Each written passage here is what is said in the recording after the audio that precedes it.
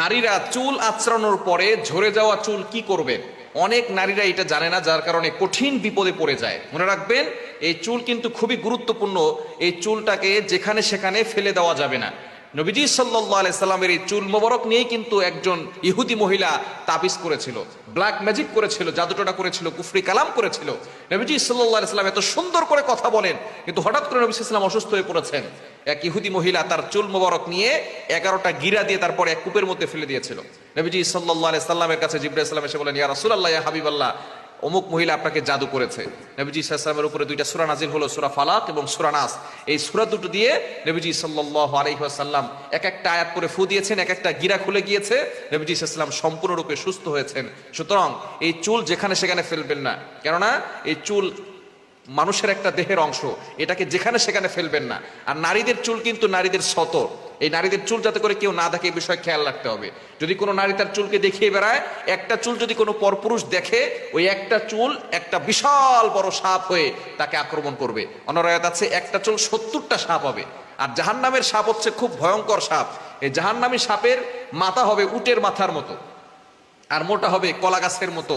বিশাল বড় বড় এই সাপ আপনাকে আক্রমণ করবে, সুপারি গাছের মতো বিশাল লম্বা হবে। এই সাপগুলো যদি আক্রমণ করে, একটা আক্রমণ করলে, একটা আঘাত করলে 40 বছর ধরে তার ব্যথা মানুষ অনুভব করবে। সুতরাং কতটা ভয়ঙ্কর হতে পারে একটু চিন্তা করে দেখেন। নবী সাল্লাল্লাহু আলাইহি ওয়াসাল্লাম তিরমিজি শরীফের হাদিসে জানিয়ে দিয়েছেন। এজন্য যারা চুল মানুষকে দেখিয়ে বেড়ায় তারা কিন্তু খুব বিপদে পড়ে যাবে। এজন্য চুল যখন আঁচড়াবেন তখন অবশ্যই যে চুলগুলো ঝরে পড়ে যায় সেই চুলগুলো আপনি মাটিতে পুঁতে ফেলবেন, এটাকে যেখানে সেখানে ফেলবেন। অনেক কাছে চুল বিক্রি করে, খবরদার, এটা সম্পূর্ণরূপে হারাম।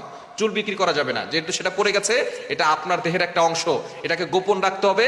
অনেকগুলো জমিয়ে তারপরে আপনি যখন মাটি পাবেন সেই মাটিতে আস্তে করে পুঁতে ফেলবেন। এটাকে আপনি যেখানে সেখানে মানুষের কাছে দেখাবেন না এবং যেখানে সেখানে ফেলে দিবেন না। তাহলে হতে পারে আপনার আত্মীয় স্বজন এই চুল নিয়ে আপনাকে জাদু করতে পারে, আপনাকে বান মারতে পারে, ব্ল্যাক ম্যাজিক করতে পারে, আপনাকে ক্ষতি করতে পারে, আপনি বিপদে পড়ে যেতে পারেন।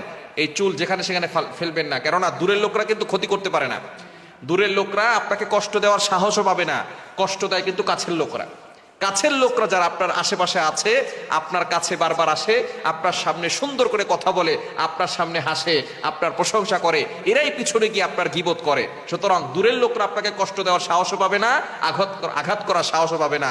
আঘাত করে কিন্তু কাছের লোকেরা। এজন্য অবশ্যই যারা ওত পেতে বসে আছে তাদেরকে আপনার চুল দিয়ে তাদেরকে উপকার করতে যাবেন না। এজন্য অবশ্যই চুলগুলোকে ভালো করে, যে চুলগুলো ঝরে পড়ে যায় এগুলো অন্যত্র ফেলে দিবেন না, যেখানে সেখানে ফেলে রাখবেন না, পরপুরুষের সামনেও ফেলবেন না। এটাকে ভালো করে দলামোচ করে অথবা কোনো জায়গায় জমা করে রেখে এরপরে যখন সুযোগ হবে তখন আপনি মাটি নিচে পুঁতে রাখবেন ইনশাআল্লাহ। তাহলে সকল ধরনের ব্ল্যাক ম্যাজিক, জাদুটোনা, কুফরি কালাম থেকে আপনি বাঁচতে পারবেন।